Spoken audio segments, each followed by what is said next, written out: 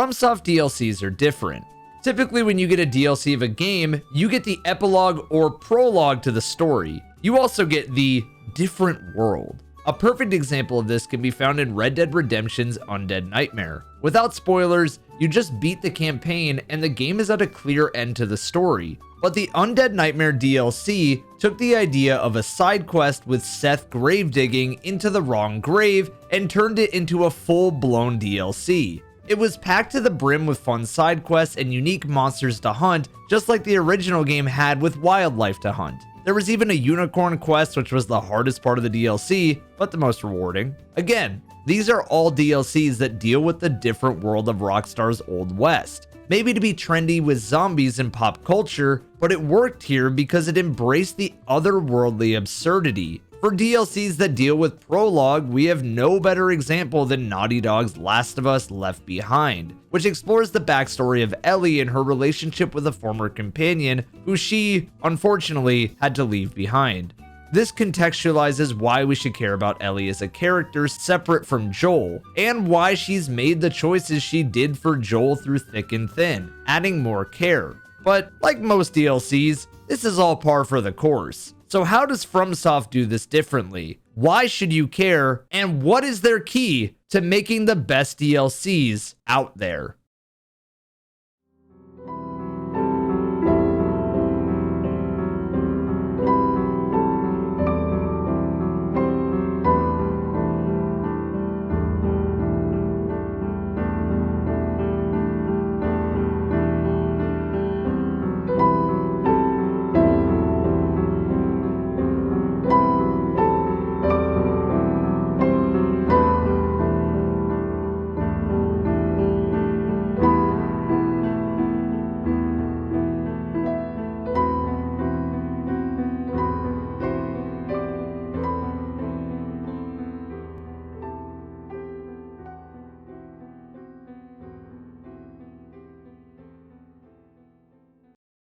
FromSoft games are challenging, but rewarding to get better at. Heavy? Stop! Oh my god! No! Why did I do that? What am I doing?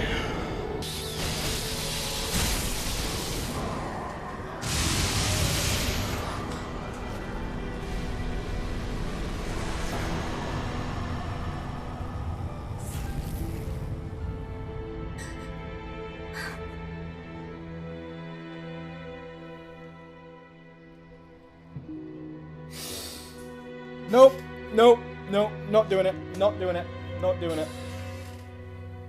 With every time you die, you start to ask more questions about a boss. How do I beat it? What's the best angle to attack? When is a good time to heal? And when you defeat a boss, you may also ask, who was that? What was that? And if a cutscene plays, why was that? These questions are important in the form of storytelling Miyazaki and FromSoftware intentionally put into their games. They're meant to overcome a great challenge in gameplay, but just as difficult is the story to peel back. You see, channels dedicated to uncovering the stories, Discords dedicated to this, Reddits, and more all share the same questions that we all have when we beat a boss. My channel likes to talk about gaming's community stories with some lore deep dives and fun challenges too. So subscribe if you're not, because at 50k, I'm going to take on the legend of Soldier of Godric in a full deep dive of his story. There's the environments, the item descriptions, the way enemies attack, the subtle details that we could just talk about for hours. It all leads to players becoming detectives of FromSoftware games. In Dark Souls 1, we slowly unveil what has happened to the most powerful rulers of Lordran, seen not only in the visuals of the environment, how their influence and rule has affected the places around them, but more so, the boss fights give us a glimpse into their history. The most important boss to articulate the points of this video isn't the Lord Souls of bosses like Gwyn, but in fact a tragic new perspective of Sif. When you originally fight Sif, you'd probably think, oh, it's a big doggo with big stretches and bigger sword and mouth, and I feel bad for killing him. The only items you get from Sif when you do kill him are the Soul of Sif and the Covenant of Artorias ring. The Soul's item description just reads, Soul of Sif, the Great Grey Wolf, who who guards the grave of Artorias the Abyss Walker. The ring just says, this ring symbolizes Knight Artorias' covenant with beasts in the abyss.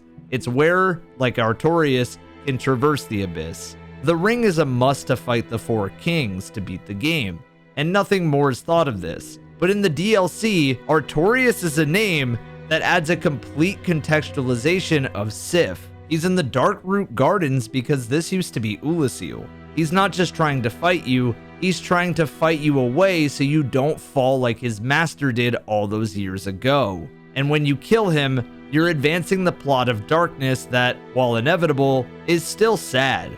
There's a cutscene that is separate if you complete the DLC before fighting Sif, which is nice because he recognizes you and the attention to detail is impressive. But what is somehow more impressive than that is that the serpent you meet at the halfway point of the game is also responsible for the fall of Ulasil too. You learn in the DLC that the serpent, while still mysterious, is not a good serpent. In fact, he urged the sorcerers of Ulasil to dig up the remains of the primordial man and torture the humanity out of him, turning him into Manus and causing the downfall of Ulasil and Artorias as we know. Again, we just wouldn't know the bigger picture of the story without the DLC completing it. On the other side of that same coin, we wouldn't have the bosses that define Dark Souls 1 without the DLC. How many of you watching prefer the DLC bosses? You have Artorias, you have Kalameet, and Manus. Now, let's go back to the main game. You have the Bed of Chaos, Gravelord fall damage and revives, and Seath.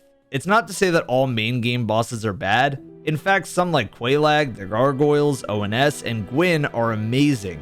But it's that FromSoft is able to fully realize the potential in the boss department while also completing their own stories. It's the way that they tell a story that makes their DLCs feel even more special. And I don't know enough about Dark Souls 2 to give you examples of the story, but the gameplay and boss quality in the DLCs is so far above the main game, it's like we're playing a completely separate game. We don't need to mention the snow though. Dark Souls 3 follows a somewhat familiar format to Dark Souls 1, in the fact that you're tasked with putting the lords to rest ages after the events of Dark Souls 1. And while I think that Dark Souls 3's final fight against the Soul of Cinder is the best way to send off the main game, I am also happy knowing that both DLCs follow the FromSoft DLC formula to a T. Ashes of Ariandel is sort of the worst of the 2 DLCs, but it's still a good time. In the Ashes of Ariandel, you fight the Painted World of Ariandel, which is a spiritual successor to the Painted World of Ariamis in Dark Souls 1. There's a lot of similarities to Ariamis, but what I like the most is the DLC feels more realized than Ariamis was. There are rumors that Ariamis was the first place worked on to build the foundation of the original Dark Souls, but was put in this way since it didn't fit the rest of the game's world. So in Dark Souls 3, we got a much better send-off with one boss that was in the way to unlock the proper arena-based PvP, and the other boss that, well... Oh my god! What the? Okay, they are comboing me like a month. Yeah! Knew that one was gonna hit me.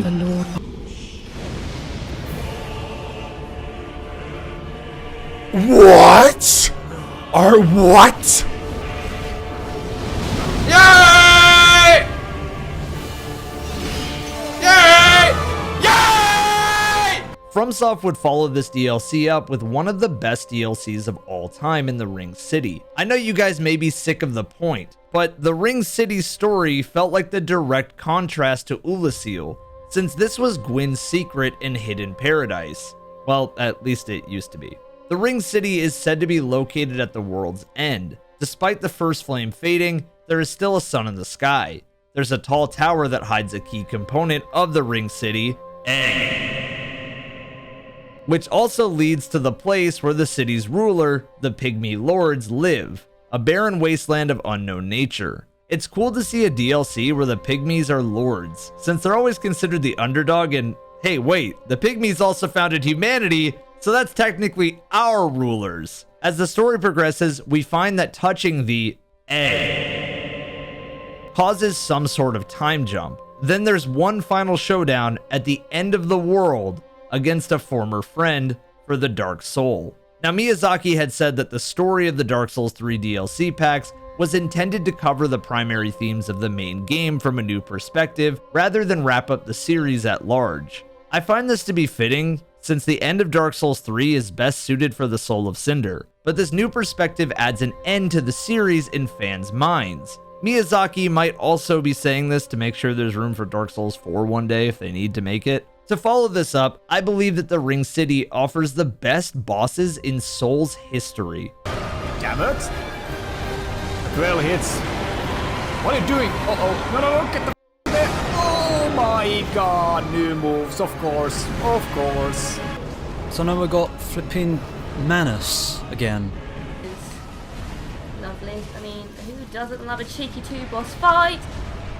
Ah! Oh my god! Damn it, Gael! No. What happened to him? Handed over. Oh no. Your dark soul. Fully realized bosses like Gael and Midir, the Demon Princes, and even some mini-boss revisits feel so nice. And every time a Souls veteran thinks of Dark Souls 3, I guarantee you the Ring City comes to their mind with great thoughts. Bloodborne might be the best example of getting the proper context of the full story. This DLC, The Old Hunters, follows in the mentioning of a character's name trope that From are very good at. The Hunter's dream is said to be a sanctuary of peace away from the ruins of Yharnam, when it's really just a nightmare where Gehrman is bound to his role of service of the Moon Presence. We're told often of Laurence. We're told often of Laurence's studies at Bergenworth. We're given Ludwig's blade. We're introduced to a doll that we never questioned the design of. The Old Hunters DLC brings us into the nightmare realm where the Old Hunters are trapped for what they did. But what did they do? The story comes to many grand moments as we fight the best bosses of Bloodborne, each with their own domains that fit the atrocities they're responsible for. Ludwig has become this foul monster and has gone mad in this chamber of blood. Maria has locked herself in a winding clock tower trying to heal the experiments of the old blood, with these giant alien creations protecting her. She guards the secret she's ashamed of in the fishing hamlet. And when you meet this alien on the shore, it bears the name Orphan of Kos. By investigating the story, you find that the old hunters were abusing and farming Mother Kos for her blood and using that. They weren't helping the people of the village like we're originally led to believe in the main game. They were experimenting and torturing them to learn more about Great Ones. After this, there's only one boss left, a much harder version of the Cleric Beast, and the man who got the nightmare started because he just loved the idea of old blood, Laurence. The DLC gives us all we need story-wise to complete Bloodborne without a lot of missing pieces, and this DLC has by far the most realized and best boss variety of the whole game. I don't think Bloodborne is even complete without the DLC, it's that good. So, that brings us to Elden Ring. Elden Ring's DLC, The Shadow of the Erdtree, was announced a little over a year to the date of the release of Elden Ring, and with the announcement came a sigh of relief for fans, while others just sort of said, "Oh, finally," to themselves. While Elden Ring answered our questions about Marika and Radagon in some ways, and the true villain that the Erdtree was in other ways, we never got some answers on stories we were looking for. While we may not get every answer in the DLC, it is clear that with Miquella, the key character to so many plot threads, we will get a story. Will it be a full-grown Miquella from the cocoon? Will it be an investigative story of Miquella's alter ego, Saint Trina? Will Miquella have this whole entire separate Haligtree world that we have to go into? Or will Miquella be an assistant the way that Gael was on our journey? We may even see Melania again, since she's said to have a dream form. That's great and all, and I think a lot of people are right to say that we'll get some answers or some sort of fight against Godwyn the Golden, a boss that's roots, full pun intended, are everywhere in the world. But seeing as the DLC is called The Shadow of the Erdtree, there's clearly another presence that is going to be shown as the enemy or even darker side of that tree. There's been so many theories on what the DLC could be, but I want you guys to keep one thing in mind with this video. Fromsoft does their DLCs differently. The boss quality is much better, and you get a bigger picture or an alternate story that might be a better picture of the entire story. Just know that they are masters at finishing their stories through the DLCs, and even better at making their boss fights in the DLCs. It's time to get unbelievably excited, because I think this one will be the biggest DLC to date. Thank you so much for watching, and have a nice day.